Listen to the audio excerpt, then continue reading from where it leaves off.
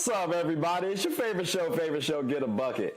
I'm your host, Trey. Hey, I had to kick some people off the show. You know what I'm saying? Y'all don't see Chris on this episode. It's okay, though. It's okay. He ain't been getting the boot permanently. It's just he on suspension right now. But I had to bring my guy Miles out to the show. What's good, baby? How's everything with you? What's going on, man? Everything's been straight. You been all right? I've been... I mean, it depends on the day. I was about to say, it depends on the day. It depends on the day. You know, I was playing hoops earlier, and matter of fact, I don't need to talk about that, ladies and gentlemen. I don't need to talk about that, though. But I might be wondering why Miles is on the show. Well, we're here to talk about a couple of sports because we're both sports fans, right? We're going to talk about the, what was it, the WNBA? Yeah. I think we said college football, too? Football. NFL. Yeah. All right, cool. A lot of news happening in the NBA. So we got a lot of things to talk about, ladies and gentlemen. So definitely stay tuned. Definitely keep your energy up, and don't leave the show. But we're going to go ahead and jump on into it because I know y'all don't want to hear us him and Hall too much, although you will be listening to us him and Hall each quarter. But we're going to go right on to those quarters. So, I mean, you got anything you want to say before we start? No, man. Just looking forward to the discussion, for real. All right. Bet. I appreciate you. Well, we're going to go ahead and jump right on into it, ladies and gentlemen.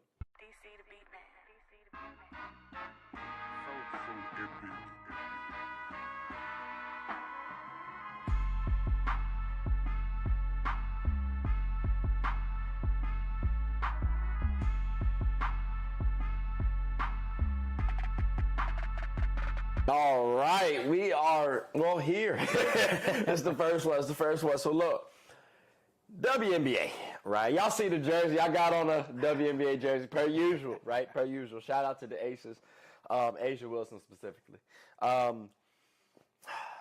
Has it been entertaining for you? It has. The season's been entertaining? I will say. Okay. What's been the most entertaining aspect this season for you personally? I would say both the play on the court and then also just the amount of buzz that the WNBA, given some of it's been positive, some has been negative, but at the end of the day, it's still attention on the sport. So it's like, I've liked both aspects of seeing, like the gameplay, in my opinion, I won't say improved because it's always had talent there, but it's just been seeing it a lot more. It's been nice. It's been nice. I don't have anything else to add, ladies. I hate the casuals that is brought along. I love the casuals that is brought along for the viewership. True. But the BS that we hear, I don't know, like Caitlin Clark, Angel Reese. I was actually tempted to wear one of their jerseys today, brother. I didn't want to, though, because I didn't want to show no bias, no favoritism towards not one. But I did buy both jerseys. You know what I'm saying? Okay. I got both of their jerseys, That's though. Real. But they have caused some controversy, and I appreciate it because it kind of reminds me of Larry Bird, Magic Johnson, right? We get some racial talking points with these girls, long story short, right?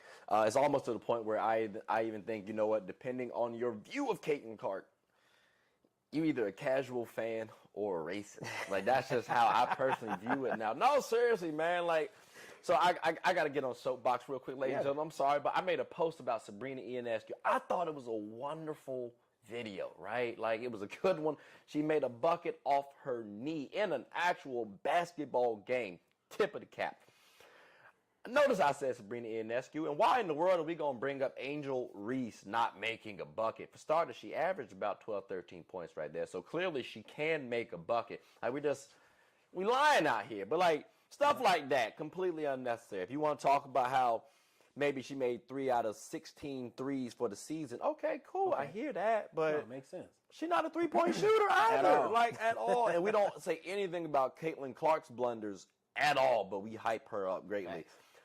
Did you have a preference for Rookie of the Year? Because again, I think they both deserved it. True. But did you have a preference? Like, was there a unanimous Rookie of the Year for you? In my opinion, if Angel Reese doesn't get hurt, no. Okay. Can't be. But I do think that Caitlin still wins it. I just think it wouldn't have been unanimous, no holds bound when it comes to that. But I'd still give her just a little bit of a nod. They're different types of players, but I still give her that MVP. In terms of what you think? So at the halfway mark, I said whichever one makes the higher seeding for playoffs wins it. End of day. Angel gets injured, So, and the Sky missed the playoffs. It's tough though, because Caitlin actually you had almost argue that she got hurt, and that's what ruined their playoff chances. You could make that argument. You could definitely make that argument. Also, we don't talk about how Angel played with how many All-Stars versus Caitlin Clark. Caitlin Clark leads that battle too. So, and then for people who talk about stats all the time, there's this wonderful thing called win shares. I don't know if y'all looked at it. Last time I checked, though, for the regular season, Angel Reese had higher win shares than Caitlin Clark. Now, that doesn't definitively mean that, they're the better player. True. But, like, if you look at a team, like, let's say, for example, the Aces, spoiler alert, this will be coming up in a video I'm going to create soon.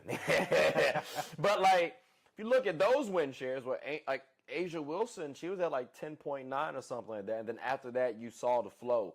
So I'm just saying there is some level of acceptance with these win shares. So if Angel Reese had a higher win share, for those who harp solely on stats, give it up. Because there's a case for why Angel Reese should be higher than Caitlin Clark. But I do also agree with you. I think I lean Caitlin Clark as well, too. Granted, from how she was actually played. Yeah. Both were double teamed. But I think as a ball handler, it's tougher to be doubled as opposed to on the block. Because I could just throw that ball up, and there's a chance it still go in. Because of where you at. Yeah, I don't care how far she's shooting, bro. Like, she has to pass that ball because you shooting off a double team like that, that's vicious. From deep like that, that's crazy. I don't know. But, so Rookie of the Year for you was Caitlin Clark then. Let me take it up another notch then, brother. Okay. MVP. Was she your MVP then? Because a lot of people have said that she should be just off the viewership that she brought up, which we both highlighted. Now, I'll say this. If you want to include impact on the game, in terms of that counting towards MVP, I say you definitely make a case for her being up there just because of the level of what they brought. But you can also, like I said, if Angel Reese was healthy, you could put her in that same conversation. But for sake of the conversation, I think, if you include that, you can call her or at least make a case for her because of what she brought. Granted, the ones that were in the final run, they capitalized on it. But it makes a case for sure because she's the one who brought a lot of eyes that weren't there. Okay. Yeah. No, like it's a regular season award. Yeah. It's on the court play, though. Exactly. So, like, when people talk about viewership, they think about value, monetary. No, it's about value to the team. Thank you. It's about value to the team, which, again, in a later video, I'll talk about her value to that team. Like, did she attribute to a lot of those wins? A lot of people say that she did. I don't think so. Someone like A'ja Wilson, no, she did attribute to those wins. Don't get me wrong. Okay. I'm saying like the majority, I got you. Like Aaliyah Boston was hooping. Kelsey Mitchell was out there getting the bucket. So I mean, we slight them. We make those statements. So, but someone like A'ja Wilson though, she did win MVP. Right. Was that your answer then? Because you said no for Caitlin. A'ja, she was my chosen MVP. Y'all see the jersey. Shout out to Jersey. Y'all see the jersey. She did win MVP. I got a different 22 on, but exactly. That's our high school jersey. That's our high school jersey. Right. You know what I'm saying? That's what we're gonna say. It's crazy though. I wanted to show a little love. She did win for sure. MVP. Hell of a season. Dominant, right? All that good stuff. I didn't vote for her. I'm sorry. So wait, then who you make a case for then? Napheesa Collier. I had to go Napheesa Collier, which, to be fair, she was number 2 in the MVP voting list. True. And I also gave A'ja the nod for Depoy, which, Napheesa won out. So I'm glad we got a little balance. But what was your reasoning for A'ja over Napheesa? Not that Napheesa wasn't balling because she was. Right. But I also think part of that had to do with her being for a small market team, that you didn't get to see her as much as you saw A'ja Wilson. But in my opinion, A'ja Wilson she was on a tear. She was out to prove that she was the best. And with what happened the year before going into this year, as dominant as she played and the level of impact, because the Aces, even right now, they're struggling. They finished the year middle of the pack. And I honestly feel like she was the will of that team to get them even in the position they were. Not that they didn't have talent around, because they do, but in terms of the most dominant player, like, you knew what you were getting out of her consistently. I have to give her the nod. I can agree with you, because, like, word choice was key. Word choice is key for me. So many. That's why I said, like, unanimous rookie of the year. Like, because like she won. Like, we agree, she won right. rookie of the year, but unanimous, right?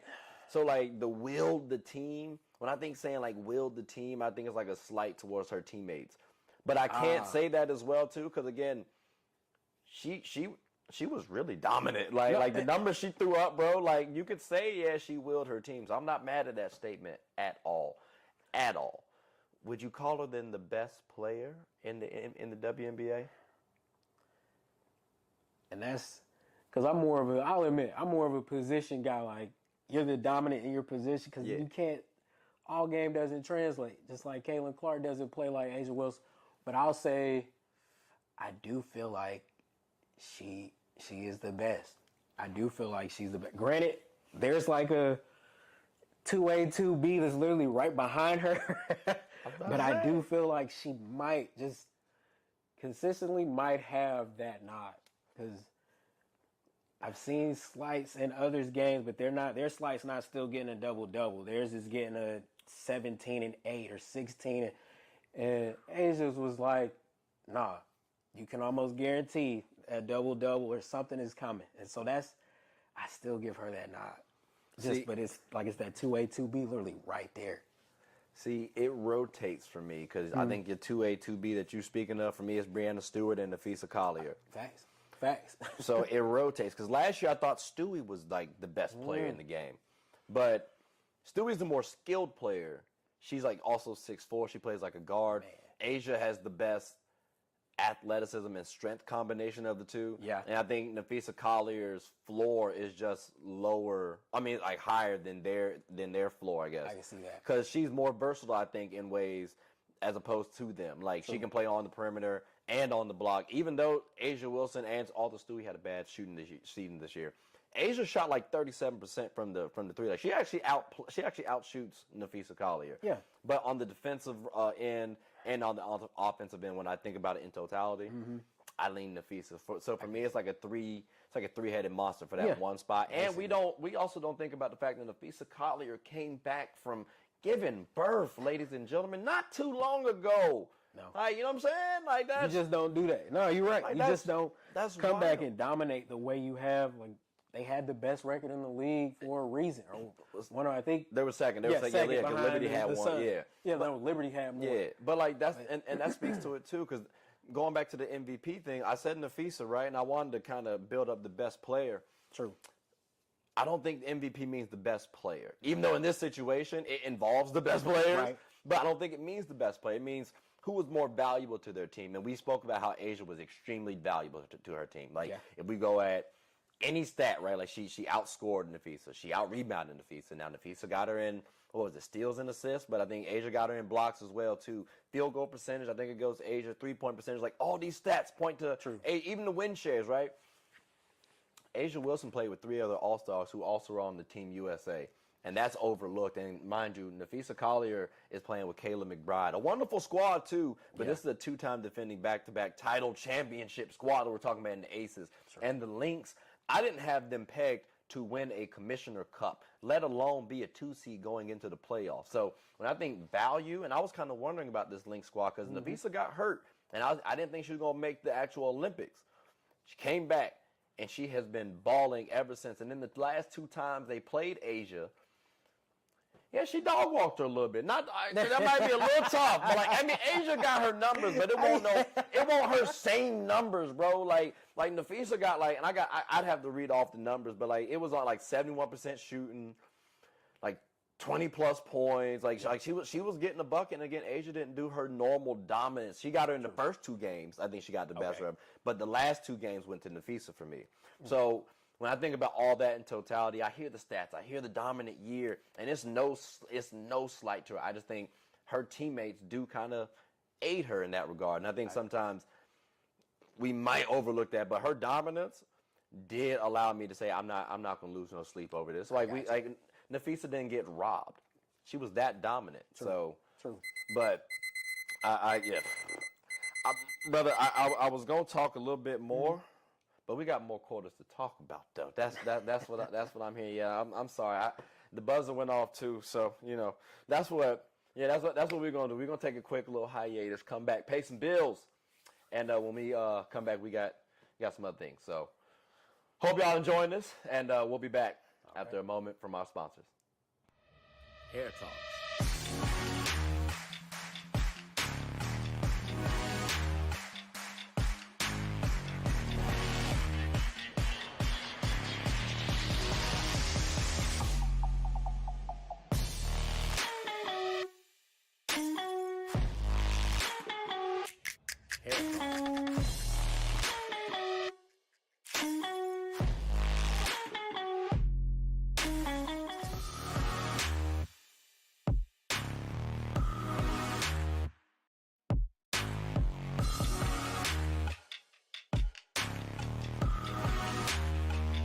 Hair Talk.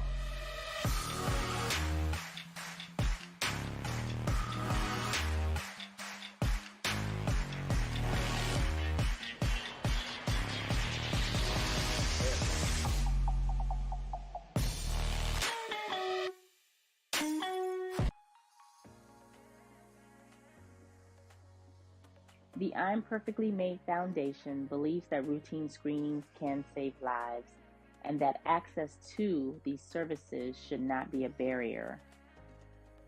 Our mission is to promote eye health education, free eye exams, free eye screenings, and free glasses to our communities with the focus of highlighting early detection.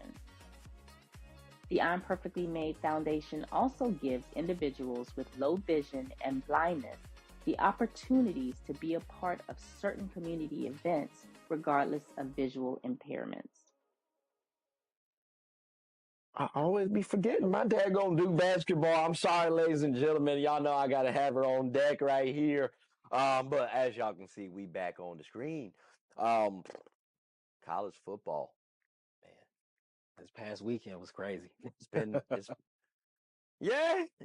That was insane. Like, because point in time, obviously y'all might not know it, but we just watched Alabama and Georgia go at it. Quite a game, actually. Kind of led to a couple of these topics here, bro. Like for starters, do you have like a best player in football, college football right now? Best player? I've got to give the nod to Travis Hunter in terms of best player to watch that's capable literally of playing at the highest level on both sides. I just have to give him the nod. Okay, now just to be clear. Yeah. Because I was going to say best player to watch after this, but you said best player to watch. So to be clear, you saying he the best player to watch and best player, or just best player to watch? I would argue, I would say both. Say both. Okay.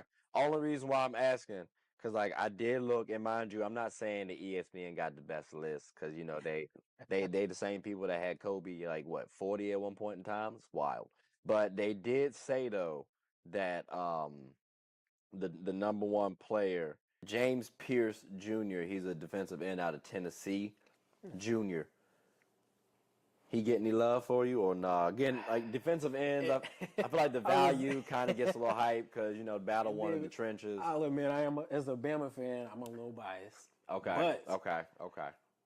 Solid play. In terms of his position, hands down, best in his position. But in terms of, I don't know, Travis is just he's literally one of the top corners. I wouldn't even know who to make the case for against him in terms of corner. And then he's one of the top receivers. Granted, I can make a case, an argument for other ones, but Travis is up there. He's literally in that top 5 of both. So it's hands down to me. And then that other outside, the outside of it, just as a casual fan of Colorado keeping up, that's who you want to see. So that's it's I got to give it to him. The boy can play. No, he can. And he brings the showmanship of it, too, as well. I think he talks that trash. Yeah. He backs it up on the field. Exactly. Every single week, this man makes an exciting play. It's ridiculous. I'm curious if it'll hold up in the NFL though. But that level of play that has him slated at that third spot, at least by ESPN. So and just to note, Will Johnson out of Michigan is the other cornerback that they got slated for him. He's a sophomore, so we got to look out for Michigan's cornerback because they did all right last year. They did all right last year. You know, something slight. I know they hurt your boys' feelings a little bit. No, just a smidge. Just messing with you. Just a smidge. But it was a lot. Hey, I appreciate us for showing a little heart because initially it looked ugly. Like Michigan, again, y'all know I'm a USC Trojan fan. Michigan had us looking a little hurt, brother. But us coming back, it helped ease my pain, but add a couple of question marks about Michigan. Facts. We're going to swing the ball back your way because you said you a Bama fan. Georgia, I thought y'all was waxing that tail. And then they said, nah. We're going to sing Ray Charles along the way. Give credit. I got to give credit to where credit's due, man. Georgia came back. They made it into a game. They took the lead. I was nervous.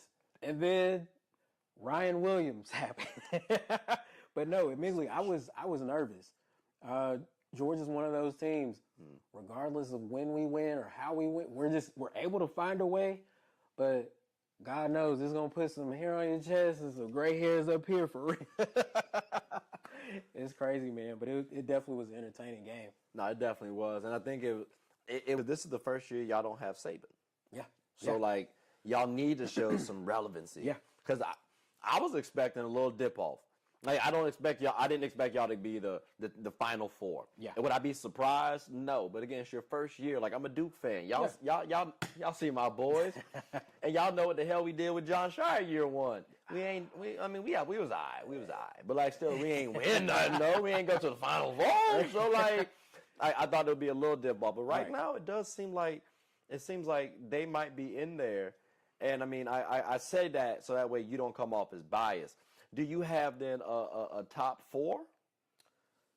I would make my case, and this isn't in a particular order just because Bama's schedule isn't as a Bama fan, their schedule is not, I believe they can win it all, but Lord knows it's still going to be tough. So I want to take my, fan bias out. I do have them as one of my four. I also see Georgia, just depending on the pathway, as one of my four.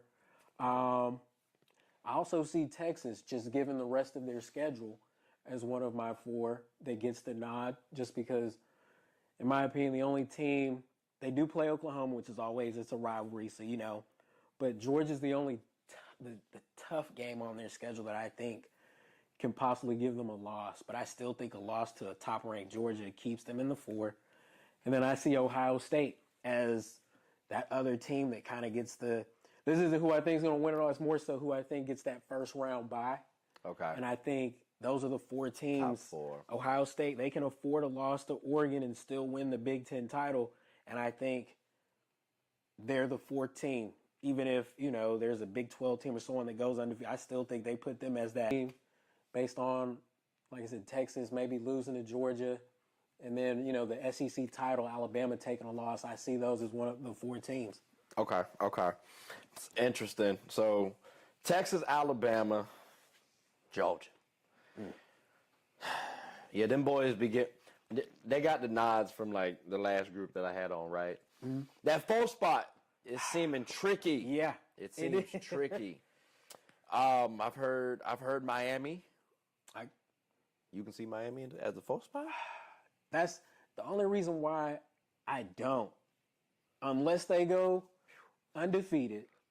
Which is possible in the ACC. Which is possible in the ACC, which I also attest. I think the lack in terms of everyone knows it's looking at SEC Big Ten. They're going to get the nod first. Yeah. I think if Miami loses to Clemson at any point in the season, if it's ACC title game, I see them getting booted out or getting Ohio State, Texas, Georgia, Bama having a little more bias just because of history over them. Not that they're not capable, because I do think they're definitely a playoff team. They look good. Cam Ward's been they look that straight. That kid can throw. And so, like I said, based on their schedule, it's one of those things. if I think the ACC runs through Clemson, but if they lose to Clemson, that bumps them out of that top 4. Okay. But they still go to the playoff. So they at least got a shot. Yeah. They got a chance then. How about a team like LSU? And again, no Bama bias, but they do have to see Alabama. Okay. And Ole Miss, I still think, because of Ole Miss losing to Kentucky, I think when those two teams meet up, the winner of that game is going to get that second tier, maybe 10 to 12 nod. Because I think the loser of that game is going to have one more loss. No Bama bias, but I do think Alabama will beat LSU. So I think having 3 losses may bump them out just because of other teams. But they are capable of catching an upset, and that's the thing about it. I give it 2. I can give one of those number 5 in the SEC, but you only have 2 losses getting in the playoff. But in terms of in the top 4, no. But they're in the hunt for sure. Okay. So is it at least safe to say that I guess Miami and LSU can at least make the playoff? Oh, yeah. Okay. Definitely. Now, got to tread carefully with this one. Uh-oh. Is it your boys? Yeah. How about USC? USC Actually, Trojans. Like, what's in your estimation? Because I don't want to say nothing. I don't want to jinx us. Look, no, I feel you. Look, if there's some wood to knock on, I will for you. I said week 1 we was going to lose, and we won. And I was so happy. Like, let's go. I'm not going to lie. I did think LSU was going to win, but the way y'all, especially defensively, that's been the difference. Y'all, like, no offense, but y'all actually seem to have a defense that y'all haven't had. If y'all had the same defense when Caleb Williams was there, y'all go to the playoff because y'all run the table on the Pac-12, in my opinion. But 1 year too late type thing. But I do see them maybe not top 4 just because of the early loss to Michigan bumping them where they are. Okay. But I do see them I can see them definitely getting in the playoff as one of those 12 teams. It's just, like I said, I think they can possibly run the table on the rest of their schedule. They do avoid Ohio State. It's going to be tough. Not saying it'll be easy because Notre Dame's still going to give them a tough game. I think they do see Oregon as well. So those, it's a toss-up. But I think if they can split those, I think at 11-2, I think they would be able to get in. I lied. We don't see Oregon. Oh, y'all don't? No, we get Penn State and Notre Dame as the only ranked teams on our list. But here's my thing too, though. Yeah. We mess up quite often. Like we do dumb stuff. Don't quite tell often, me I have bro. more faith than you do. Nah, you do, brother. I told a whole group of fellas, look, I don't think we're gonna do well this year. Because again, my thing was Lincoln Riley. It's our head coach. He cool offensively, but he reminded me too much of Mike D'Antoni. Okay. Because it's like, and I hear you. Mike D'Antoni's gone to the final. Like, well, no championship. Yeah. Like, you know what I'm saying? He ain't really done, I'm about to say, like, he ain't really done much outside of, then get to the Western Conference Finals. Yeah, so that kind of, like, you need a defense. True. But they did impress me against LSU. Yeah. And, like, the trenches seem straight. We might have a shot. But I'm also now worried about the execution, too, on the offensive end. Okay. Because we just had Caleb Williams for 2 seasons. True. We in college, you got like, I don't know, like, when do you get comfortable with your quarterback if he's brand new for you? Like, how many games? Maybe 7, depending on the schedule. I feel confident by 7. I think that 5 to 7, those games where you really start to tell, okay, he's going to pan out.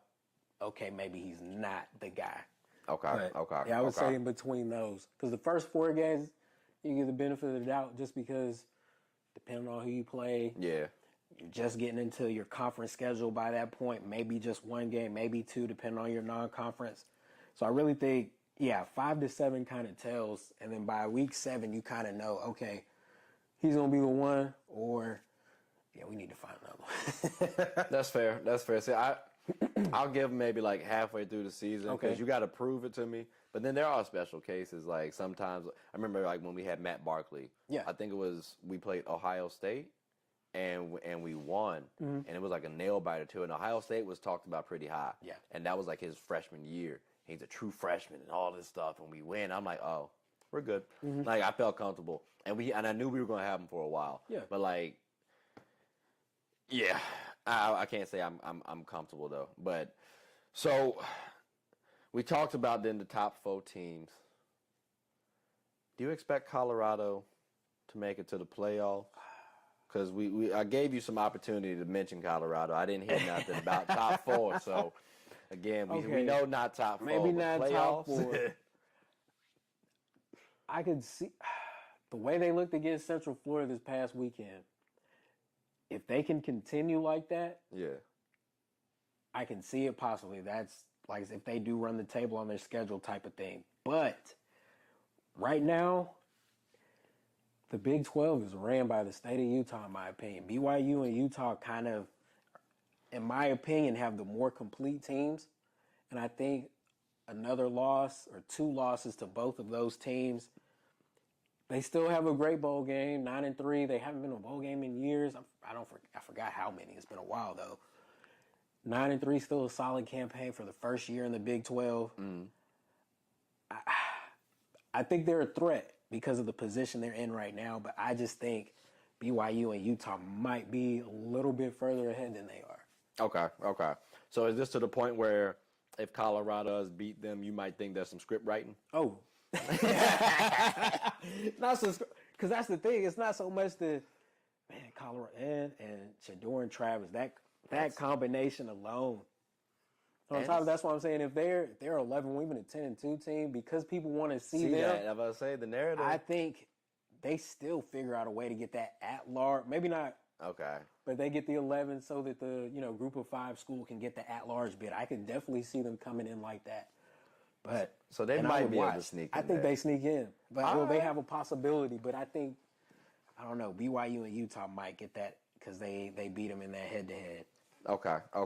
Well, I mean, look, college specifically is trying to make money. Yeah. And we know daggone well, using Caitlin Clark as an example, viewership might go up a little bit if they see them in the playoffs, and don't let them get further. Oh my God, Dion on prime time. It's over with, bro. Yeah, man, that'd be some solid. They make the semifinals. College world will be flipped on its head, and then the narrative. And I know we may talk about it, but the narrative of him going to the NFL. I was gonna say it just makes it that much more. I might as well. Why not? Right? But look, ladies and gentlemen, y'all heard him. We are going to have to transition on to another segment. The bell did go off, right? So a buzzer, I'm sorry. It's not a bell. But what we're going to do is take a quick hiatus, pay some bills, come back, maybe have a little drinky poo. We'll see. And talk some more sports. But hope y'all enjoying it. And we'll be right back after a moment from our sponsors. Swanky's Construction serves as a general contractor in the metropolitan D.C. area. We're a team of certified professionals who tackle everything from complex large projects to smaller scale jobs. Fueled by our commitment to excellence, we go the extra mile to make sure clients are completely satisfied with our work. Swanky's Construction takes pride in ensuring our clients' home improvement needs are met with efficiency, precision, and perfection. Call us today. You're only seconds away from a consultation or in-person walkthrough. Hooping is an activity that can be enjoyed by all. It's a team game about getting and stopping buckets. Everyone's always rushing to the gold. Well, make sure to rush and watch Team Gold Rush, one of the best teams in the Special Olympics of Virginia. Team Gold Rush even has former NBA All-Star participants on the team. Clearly, they've struck gold. Ready to suit up and practice? I know. We talking about practice. Not a game. We talking about practice. Practice still makes perfect. So when the opponent starts hitting their shots, Team Gold Rush can bounce back due to their training. Remember, offense sells tickets and defense wins championships. Watch us get a bucket and rush for the gold. We aim to be that gold standard. So want a team where you can win and have fun? Team Gold Rush is your number one. All right, ladies and gentlemen, we are back, and the basketball never wants to stay where okay, it's cool. I get you. You do what you want to do, right? NFL. We had a different quarter, obviously. Who's your top team? Top team in the NFL right now. Like you think these boys about to win the Super Bowl. That don't mean They going to, but they just give you that feeling. I hate to say this. The Chiefs. Again? Hey. It's not so much because they can, but right now, I don't know they're clicking. I think they get the bye at the rate and pace that they're going. I think they get the bye. I think it's just going to work out again because if they get matched up against certain teams, but I literally, as a Ravens fan, I mean, I got a Derrick Henry jersey on right now. I just know. I mean, so week 1, y'all lost, but barely though. It was a toe, bro. True. So and if y'all get a little bit more cohesion, I personally think your offense has the scariest duo in the NFL. Oh my gosh, it's called Get a Bucket. Y'all basketball center. My bad, my first love. But can y'all get over that hump? Because I do think you have Likely? Yeah. And you got oh my gosh, why am I forgetting the other boy's name? Mark Andrews. Okay. I don't know why I was forgetting him, and it's crazy because I always draft him in fantasy. This is the first year why I didn't. Maybe that's the reason why. But y'all got a good squad. Zay Flowers is out there. Yeah. And at least as of right now, the Chiefs, they lost weapons. True. But I also feel like they were smart in drafting Xavier Worthy. Not fast. He fits their system in terms of the type of speed that he brings to the table for their offense still. Travis Kelce and Mahomes are still the duo. They there. And my thing is, even as a Ravens fan, they haven't proven it to me. Okay. And I think either when they get to the playoffs, Lamar starts trying to stay in the pocket a little more when I feel like he should be running a little bit more in some situations. I feel like when the ball ends up in Mahomes' hands, if it's late in the game, he's going to get the job done. He's shown it consistently. And even as a trust me, I would love to see them lose, but it's just like he's that X factor. He has that killer mentality, even though he doesn't see, he just has it. And so I give them that slight nod only because of that. Not that the Ravens aren't capable because they've got the talent. It's just, you've got to do it. So I hear that. I just think y'all have the kryptonite to the Chiefs.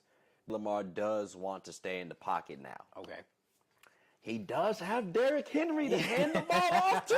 So if I got to worry about Derrick Henry running, and I'm not saying he's the best pass catcher, right? But he can do this and run. He can get a bubble screen or a little flat out. Yeah. So if we can get there, now I think Lamar has another option because the defense has more focus on Henry. Yeah.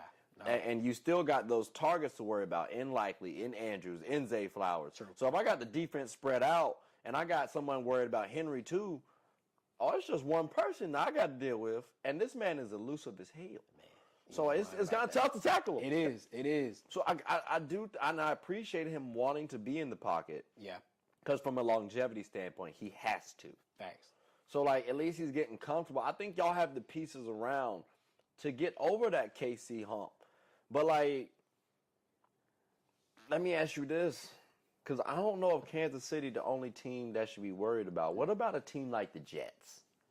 And the only reason why I say the Jets is you talk about the quarterback in Patrick Mahomes. True. We've talked about Aaron Rodgers, the same situation. Now, he's a little older, came back off injury, right? Maybe need to shake off some rust. But he's been the best quarterback talent-wise that we've seen outside of Patrick Mahomes. And maybe even then, it could be an argument. It could be debatable. But with that, and he's in the right situation, he has that defense. Again, this is the perception. He has the weapons around him.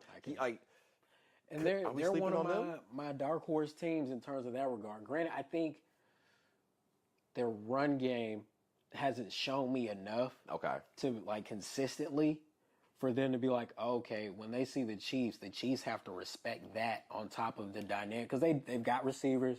It's Aaron Rodgers. Their defense is solid. I just think the Chiefs can get away with not respect because Breece Hall didn't do that much. And it's like he has had moments, but it's not consistent to where I feel like they really see him as a threat as you would like the Ravens with Derrick Henry. Yeah. And so I think that's why I might nod them. But another team, the Saints, in my opinion, they've actually looked quasi-granted. That Atlanta game was one thing, but I think the run game that they have makes them interesting. They're a dark horse for the playoffs for sure. Not all the way, but I think they're capable of, depending on matchups, they're capable of doing something. I could see them being similar to like the Lions last year. Right. I like Derek Carr actually as a leader. Like honestly, I like when people cry on national television personally. That's just me though. But if you cry, we cool. But the Saints have enough defense, I think, to help them out offensively. They got enough offense. It's just not special enough to win that Super Bowl. True. That's my only thing. I agree. That's the only thing. So, knowing that they don't have enough stars, that's my hesitation. I get that. And that's kind of my similar. The Jets don't have a star running game. Okay. And that's why I'm saying they're on that caliber of they can make the playoff, but I don't see them getting over that hump. They can make a case and make a good game. I don't know. So what about a team then like the Bills? Because I don't think they have a star outside of Josh Allen. That's what I was trying to go to. They got rid of Stephon Diggs. And I think this is an interesting take too, because I think there is a point where you do need to let go of your star. True. And rebuild, especially if you have a duo. Yeah. Like using the Lakers as an example. I'm not saying they were on that level. Right. But we had to choose one, unfortunately. Because of age and like the game of football, I think you do have to choose one, especially if you haven't won a Super Bowl. Yeah. Can the Bills can Bills Mafia have something to be proud of? I think Bills Mafia is going to stay the same, but in terms of just like hanging their hat on getting to conference championship to get to the Super Bowl. No Super I feel Bowl. like one of those teams that we were talking about earlier, like that on the cusp team will be one to kind of clip a team with just one superstar who's trying to figure it out. Not necessarily saying he's doing it alone, but I don't think he has the pieces to go all the way. And I think one of those teams that's a little bit more hungrier will end up catching them before they even get to that point. So it'll be interesting though for sure. Okay. But I think they got to find someone. You're not going to find someone to replace Stephon Diggs, but you got to find someone to be that guy consistently. Yeah, the consistently one option. I respect that. I respect that. Next, so then, if the Bills got questions. I mean, the Lions, we did bring them up. I think they got that one option. Yeah. Now, the quarterback play, I'm not going to say it's suspect, but I'm not going to say he's average either. Like, he's somewhere in between, like, elite and average. Like, you know what I mean? Like, it was the same way with Sam Bradford and all them boys. Can Goff get the job done with the Lions? Like, the Lions winning a Super Bowl is crazy to hear. Because them boys, weren't they just like 0-16 or something? not very long ago either. And like I said, they're one of those teams, man, in terms of that I think can make that challenge. Do I see them? Maybe one of those other teams, like I said, the Chiefs being that kind of front runner for it. But I do see them making a definite case to make a run. So they're one of my dark horses too in terms of really, like I said, that hungrier type team that they've got a gritty coach. Right. The team's kind of built around like we're gonna try and get it done, and they've got talent. It's not just the Wilmans. It's like they got the talent. So it's I definitely could see them though. I can from an X's and O's standpoint. Yeah.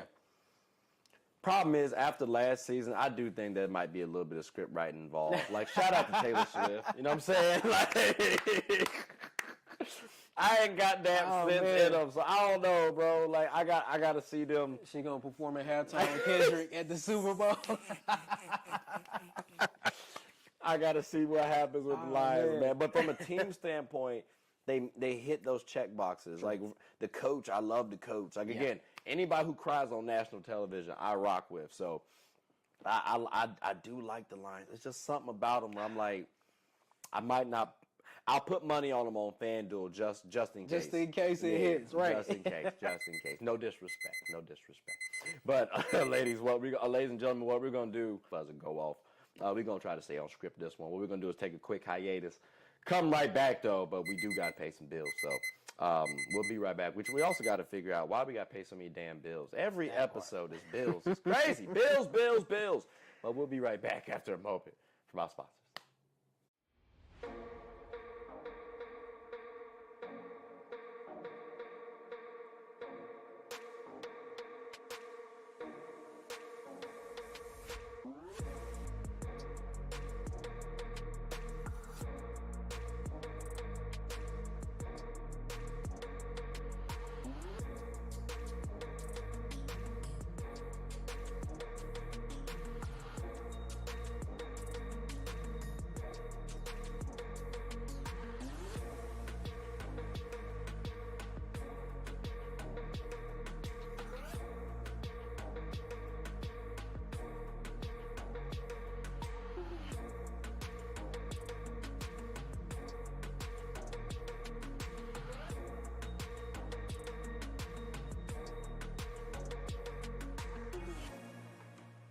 Sports is one of the few things that genuinely connects us together.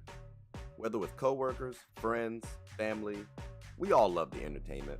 Well, here on Get a Bucket, my goal is to talk about sports and its cultural impact. The WNBA, for example. The WNBA is loads of entertainment, from the new rookies battling, displaying their skill sets, and preparing to take the league by storm, to the titans and the MVPs of the league clashing for battles we'll always remember. From imagining the soon-to-be possibilities to admiring and treasuring the finales. Get a Bucket is a platform where other sports analysts, hoopers, coaches, and fans of the show come and talk about the WNBA, both negatives and positives. So if you haven't, take a quick peek. At the very least, you'll have a good time. Renewally connects us together. So please, tune in and stay connected. All right, ladies and gentlemen, we are back. Now, as y'all can see, I had the basketball properly situated, right? Finally, like, it's about damn time, you know what I'm saying? And we talking about the NBA. So, fortunately, we might not be talking about my boys. But we will, though, because, you know, we do have some NBA draft picks to choose from on our squad this season.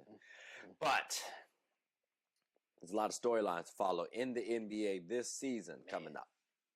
Especially with what just happened. You're talking about Cat to the Knicks.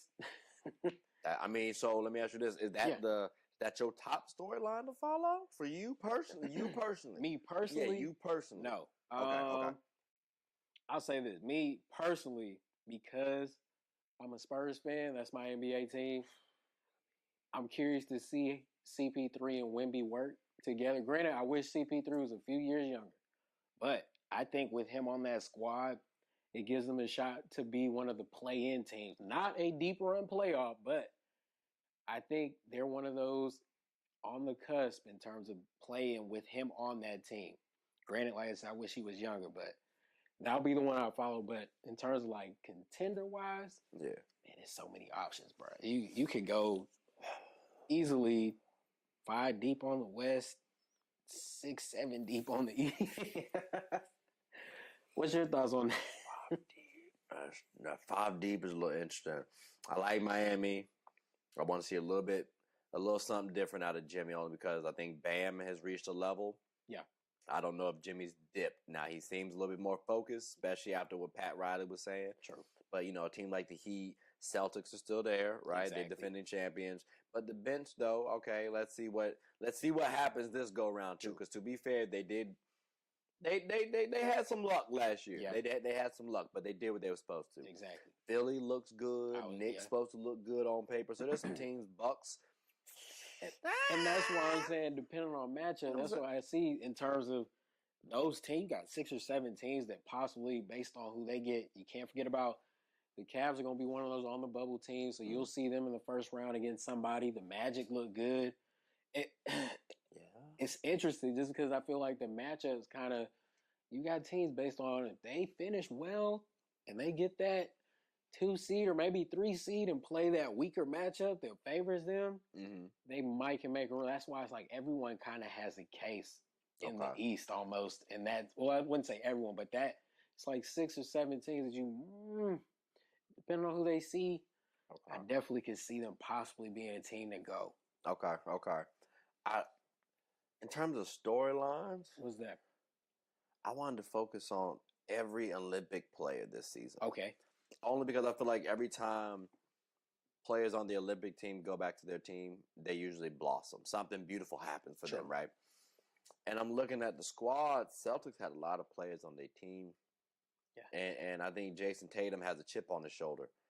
And that's crazy to hear. And then the finals MVP has a chip on his shoulder. So that narrative. Or Donovan Mitchell feeling like him being left off maybe this year. But even the 2028 projection for Olympics, he has a chip on his shoulder. And like him and Jason Tatum just got paid. So like the narratives around the people who made the Olympics and the snubs.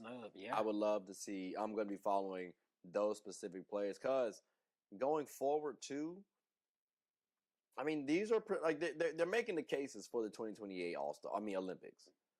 And like it starts literally now. Bam Adebayo. Yeah. Great seat. You could lose your spot. Joel Embiid, Anthony Davis, you could lose your spot. So y'all need to dominate. And you can only be one champion. So it's not a matter of championship. It's a matter of how hard you play, effort. How are you dominating? Stuff like that. Like if you're not giving max effort that we can see, if you're playing inconsistent, I don't know. And a lot of players can't have a lot of excuses. Embiid, you got Maxey and PG. Facts. There's that window of opportunity. I feel like for Philly, they've got 2 years tops to try and bring one home before I think they do something else to kind of bust that whole thing up. Not that I think Maxey may go anywhere, but bare minimum, I think PG, you've got probably 2 solid years from PG to try and window of opportunity, take advantage of, getting all the way and winning the finals before I think they try and make some more moves. And then it's not a full rebuild, but at that point, I feel like Embiid might be too little too late. You've got a lot of teams up and coming now that are gunning for like young talent. The Pacers aren't, not that I think they're there, but they're definitely a threat to anybody. You still got the Heat with Jimmy Butler on the revenge type thing. So you still got Dame Lillard's running out of time himself. So it's like, I think their window with the talent they have, I give them 2 years with it, and you better do something. Okay. See, it's interesting because I see, like, for example, Paul George. I could see him actually going to a team like the Hornets after this stint. But it's because a player like Brandon Miller spoke about how he idolizes PG. And I see how Anthony Edwards wants to play with Kevin Durant. I kind of feel like they made some of these trades to bring Kevin Durant to the Wolves. Like, I genuinely feel that way. I think Kevin Durant gets his ring, his other ring, if he goes to the Timberwolves. And see, like, I want to see what pieces they get too, because the Sun also want to get some pieces back. Exactly. So, like that's going to be a little interesting. But again, that's all building up to that 2028 Olympics, because KD could play then. Yeah. Anthony Edwards is supposed to star then. We could get a player like even like as young as Cooper Kupp. True. I mean, not Cooper. I'm sorry, Cooper Flag. Not NFL. I get what you're saying though. Yeah. Like there's a lot of things that can happen over these 4 years, but if folks are starting to make good headway now, okay. Like if you, let's say, using Chelsea Gray as an example, she got injured this past season, right? But she still played during the season. But a lot of people were saying, "Oh, she's not better than Caitlin Clark." Right. But still, she put in that body of work over the last 3 years where, she has to start.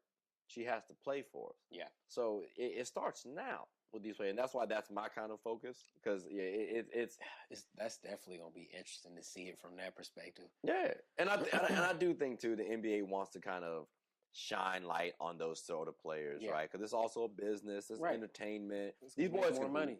Exactly. End of day. But speaking of more money, though, we talked about Caitlin Clark earlier, right? And how she was, drawing, getting more revenue. Who would you say is the most valuable, like, player from a financial standpoint, in your opinion, present day? I think a lot of times people might have said Braun, and that's fair, right? If you still say that's I can't be mad at that. But is that still true today, for you at least? I think as an individual player, no. But with what he has with his son being on the team, I think you can easily make a case because that's the first time it's ever, regardless, positive, negative. I think because of what that story is in and of itself, like you never say, like he's playing with his kid. Like that's their teammates. So cool. everything they do in the NBA is gonna be a first. I think, granted, there are more. No, I wouldn't say more, but there are other superstar icons that they can show Anthony Edwards. You could show Jason Tatum, Jaylen Brown. You can show some of those other kind of guys, but I think with LeBron's legacy leading up to this point, it's going to be hard. Every game, you're going to talk about Brown. You may not always talk. Ja Morant, as quickly as things fell off for him, as much as he was supposed to be what Anthony Edwards is right now. In my opinion, that was what they were pushing him to be. And so when you see that, it's like LeBron's legacy already carries a story. And now with Bronny here, the positive and negative scrutiny, you might not can beat that right now. You're going to have some that compete with it, but he's too consistent still. Like he's still in, I wouldn't say his prime, but he's still a piece that you can use definitely to win a championship. It's not like when Jordan was 40 and it was like, I ain't gonna have that slander now, because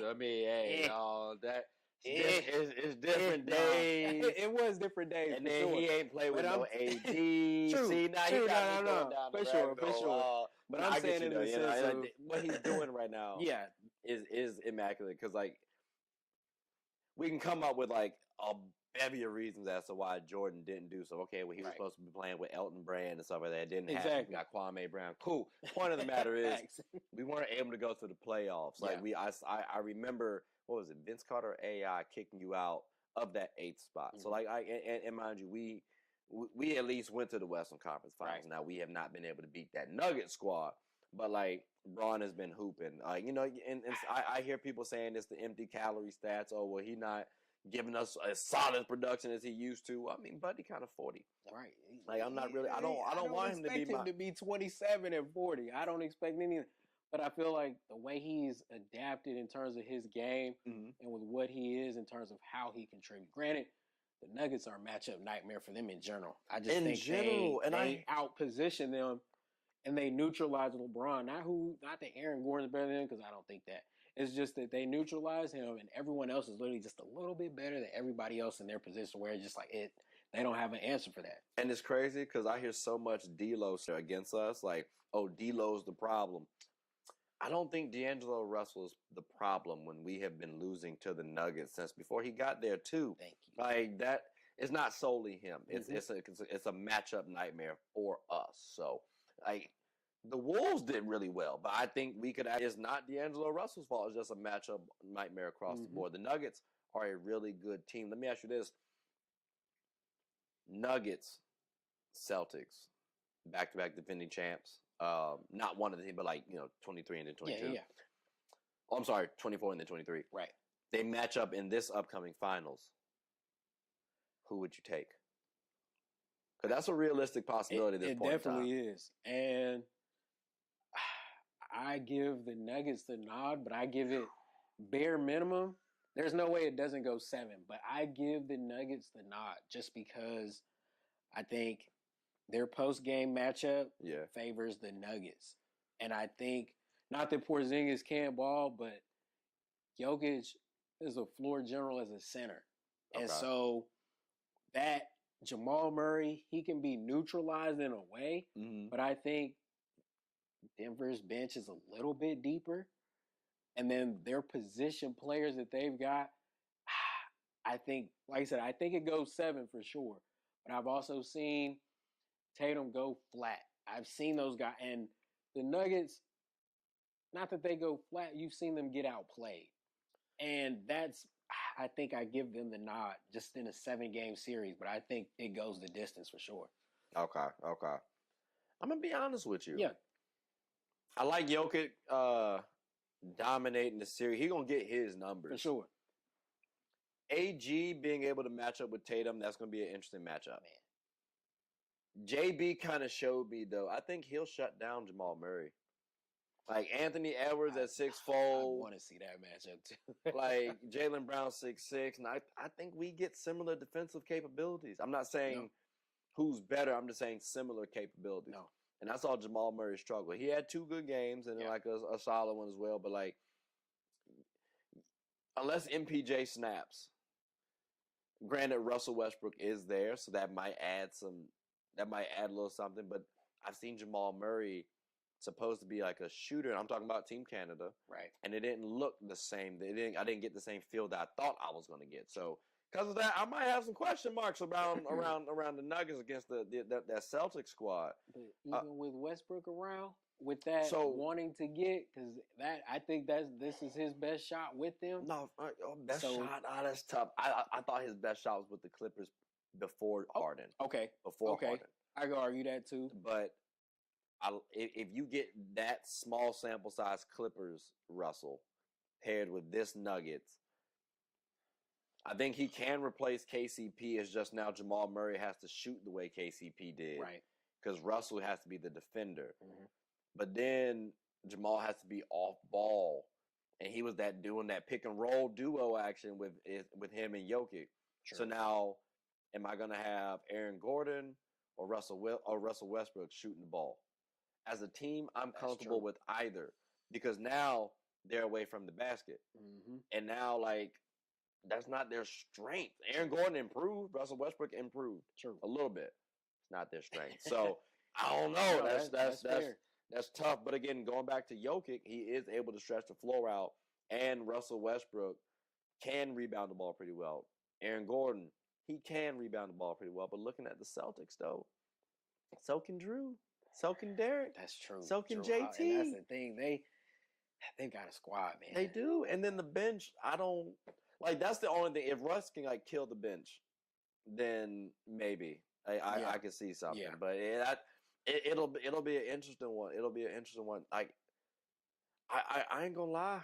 I think if you could speed up your Spurs, maybe like 2 seasons, man, that could be something. I like y'all construction. Same. I do. I think your construction is going to be similar to the Nuggets, because the pieces y'all have, I think, actually carry forward going forward. Only thing is, I don't know if y'all going to have like an Aaron Gordon in your lineup, like meaning like you're going to have to find that. Exactly. But outside of finding that I like how y'all have Stephon Castle. You guys just drafted. Yep. Victor Wembanyama's there. CP3, who you mentioned. That's a good narrative to follow as well. I actually want to throw CP3 in the MVP consideration as well, too. You think so? Think about OKC and Shea. I personally fell off of CP3 in the MVP conversation. Yeah. And I'm not saying he's going to be in there, but I could see it only because I do think you guys are going to surprise some folks and be in the play-in for sure conversation. Maybe even that 8th spot, like definitively 8th spot. But no, when you mention it that way, especially with the fact on a team like this, if they're going to have a chance, he's going to have to be a double-double average. And especially with someone like Wemby, who he can distribute the ball to. He should. He should be. And so that's going to be the thing. He can make that dark horse case for it, going at 18 and 11 in terms of assists. And so, especially at that age, and they get in the play-in, you definitely have to, because he would literally be that piece that I feel like connects for that system. Yep. Like, so that's why I wish, man, if he was just 3 years younger, it would have been... It would have been lethal. For sure. But I think right now you could have a Steve Nash MVP season. Yeah. Because, like that Sun squad, when he came back and like turned it around. Right. I could see the Spurs having an above 500. West kind of tough, but above 500 don't sound stupid. The West is it's kind of tough, but it don't sound stupid. I would love to have like a 1 through 16 playoffs though, because I actually y'all have a better shot at getting in that way. You want to learn about that? I can't wait to play out. Look, before we go, do you have a championship like favorite? Like you talking about FanDuel right now? You putting your hard-earned money on one team, man, before the season starts. Man, that's tough. If I was a Batman, I would put,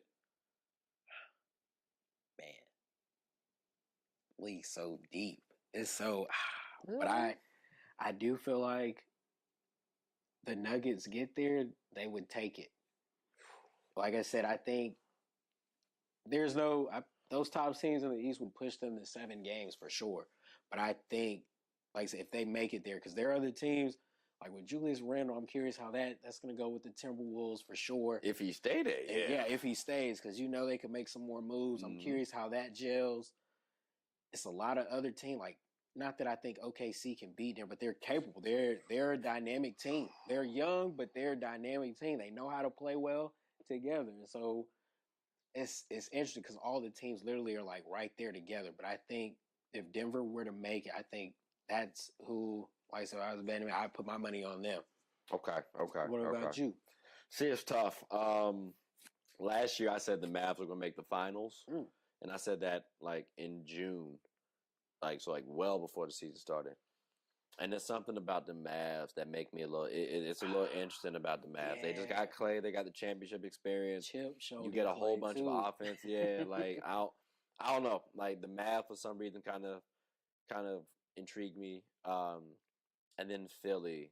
But I'm also really optimistic too. I'm an optimistic person when it comes to sports. I like to see the best out of people. Oh, yeah. Outside of the Pacers, I didn't think them boys were going to win. I'm sorry. I did not think that. Yeah, I didn't think that in-season championship meant anything last year, or getting there at least meant anything. But yeah, those two teams out of the East and West, I'm looking at. Heat might. They just got that. They some dogs, man. So you can't count them out of anything because they're liable to beat any of those so-called top teams just because of what they built there. It's like they're capable. It's hard to see because it's like, man, all these other teams have like the stars and the talent, but I'm definitely. Heat are always one of them ones. They got it, but it's just they have. I think they're like you said earlier. I think they're like a season or two too late because like everybody's trying to chase what they need, but like you need to chase you need to chase for the future, I guess. Right. And you need to prepare for the future. And they look at what they didn't do and think, okay, well that's gonna fix it for next season. Right. No, every season's different. So I think the Heat are just a smidge behind, but they got it though. Like they got the bones for it. So. But I mean, I was like, that was good. I had to try to sneak in that last question because the buzzer definitely did go off before that. So I apologize, ladies and gentlemen. But I greatly appreciate you, brother, for coming on to the show. Man, appreciate you having me. Did you have anything that you wanted to say before we close up shop? Man, I'm looking forward to a lot of good sports over the next few months. Between NBA about to start up, college football's in full swing. We've had a lot of great games. NFL, it's a lot of things to be excited for. That's what I'm looking forward to. Hey, there's a lot of sports. I hate that the WNBA season about to end in just a couple weeks. Yeah, but the NBA season starts back up, so I love that full cycle. Because there was a period of time where I get a little sad. And then football kind of helps out too. So college basketball out there, college women and men too. Oh yeah, it's some good times. It's about to be some good hoops. About to be some good sports. Huh? You think the Liberty are going to take it? I think they do. Like right now, I think they do. Man, I think they do. Momentum's on their side, but yeah, I don't know.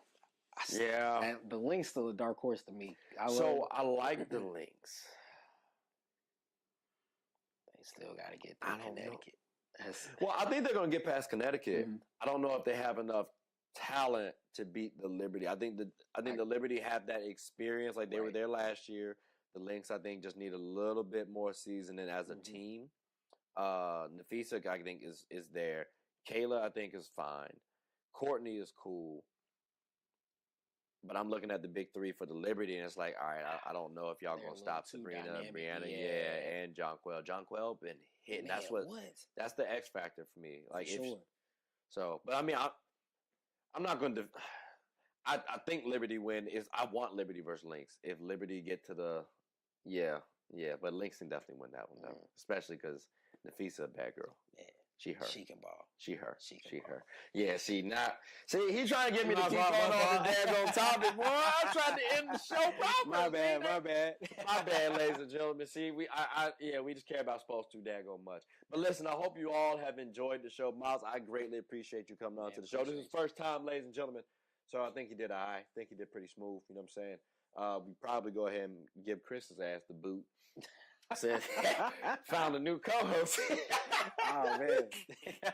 Nah, but you're definitely welcome anytime, though. Appreciate that's definitely done. But ladies and gentlemen, boys and girls, I hope you all enjoyed the show. Please like, subscribe, comment, tell anyone who's anyone about the show. My name is Trey. That's our guest, Miles. And we hope you all have a good one. Take care.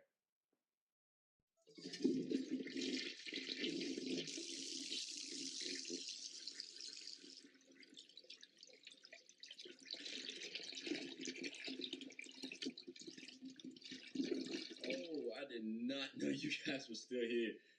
As you can see, we're at the back end of the show.